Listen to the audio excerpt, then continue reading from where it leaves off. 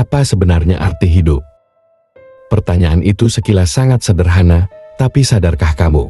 Pertanyaan itu tidak sesederhana seperti seharusnya, bahkan dapat dikatakan sangat kompleks. Ketika mendapatkan pertanyaan itu, kamu pasti berpikir ulang dan bertanya-tanya kepada dirimu sendiri, mengingat kembali perjalanan hidupmu selama ini. Lantas mempertanyakan arti di balik kehidupan yang telah kamu jalani, berdasarkan asal katanya. Arti hidup berasal dari dua kata yakni arti dan hidup. Menurut Kamus Besar Bahasa Indonesia, arti adalah maksud yang terkandung di dalam sebuah kalimat, perkataan, arti sama halnya dengan makna. Selain itu, arti dapat didefinisikan guna atau faedah. Lantas, apa yang dimaksud dengan hidup? Hidup diartikan masih ada terus, bergerak, dan bekerja sebagaimana semestinya. Maka arti hidup adalah maksud yang terkandung di balik keberadaanmu sebagai manusia yang masih ada sampai sekarang. Bagaimana menemukan arti hidup? Viktor E. Frankl pernah menerangkan, makna hidup arti hidup adalah arti dari hidup bagi seseorang. Arti dari hidup yang dimaksud Viktor bukan untuk dipertanyakan, melainkan direspon dengan tindakan.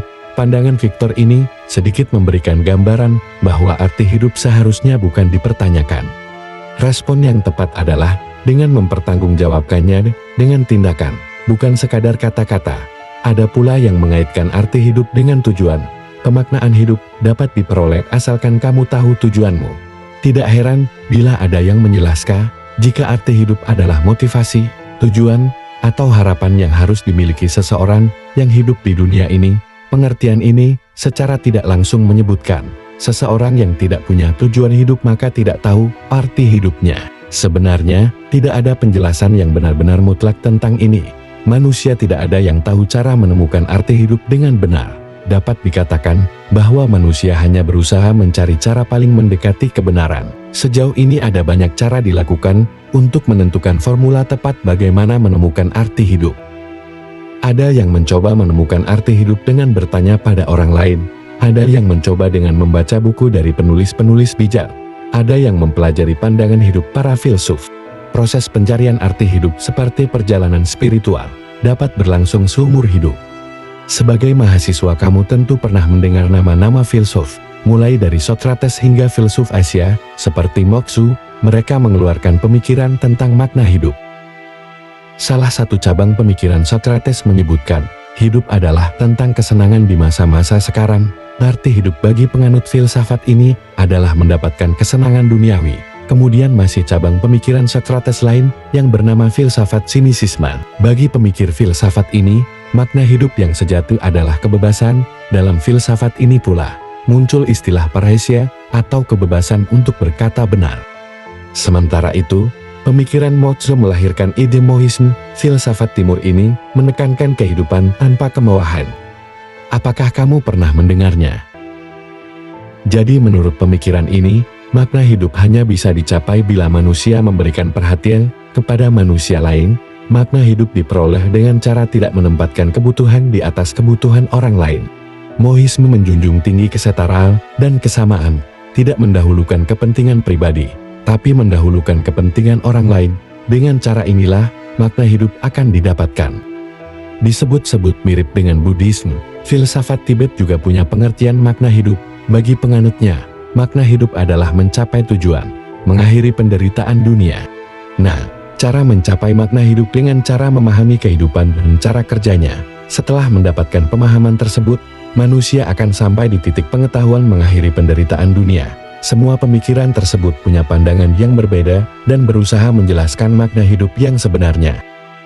Tidak ada patokan pandangan mana yang paling benar dan tidak ada aturannya. Setiap orang harus punya keyakinan yang sama. Setiap orang punya pandangannya masing-masing. Semua ini perihal proses pencarian yang tidak bisa disamaratakan. Ibaratnya, bila kamu menemukan A, maka orang lain tidak harus menemukan A juga. Bisa jadi orang lain menemukan B atau yang lainnya. Mungkin pemikiran Viktor E. Frankl ada benarnya. Arti hidup bukan dipertanyakan. Seharusnya manusia yang memaknainya dengan cara melakukan tindakan yang bertanggung jawab dalam kehidupannya. Pemikiran yang cukup memberikan jawaban soal arti hidup ini bukan tentang tujuan tapi tentang bagaimana memaknai setiap detik kehidupan. Jika kamu berpikir arti hidup adalah tentang tujuan, yang menjadi alasan seseorang hidup, mungkin kamu bisa memikirkannya ulang. Ada banyak orang yang belum mengetahui tujuan hidup sampai bertahun-tahun lamanya, bahkan sampai mereka tua. Lantas, apakah ia berarti tidak tahu arti hidupnya? Satu pendapat mengatakan iya, tapi di sisi lain, ada yang berpendapat tidak. Arti hidup tidak ditentukan ada atau tidaknya tujuan dalam diri seseorang. Sesungguhnya arti hidup adalah menjalani setiap detik kehidupan dengan penuh makna. Terkadang manusia sibuk mengejar tujuan, memikirkan masa depan, atau malah terjebak di masa lalu, yang membuat mereka melupakan bagaimana cara mensyukuri hidup yang sedang dijalani di depan mata. Padahal menjalani setiap waktu dengan penuh kesadaran tidak kalah penting. Justru inilah pemaknaan hidup.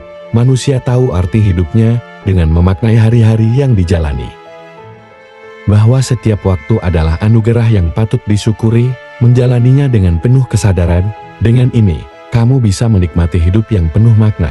Seperti menjalani kuliah dengan penuh rasa syukur dapat merasakan proses pendidikan yang tidak semua orang bisa rasakan.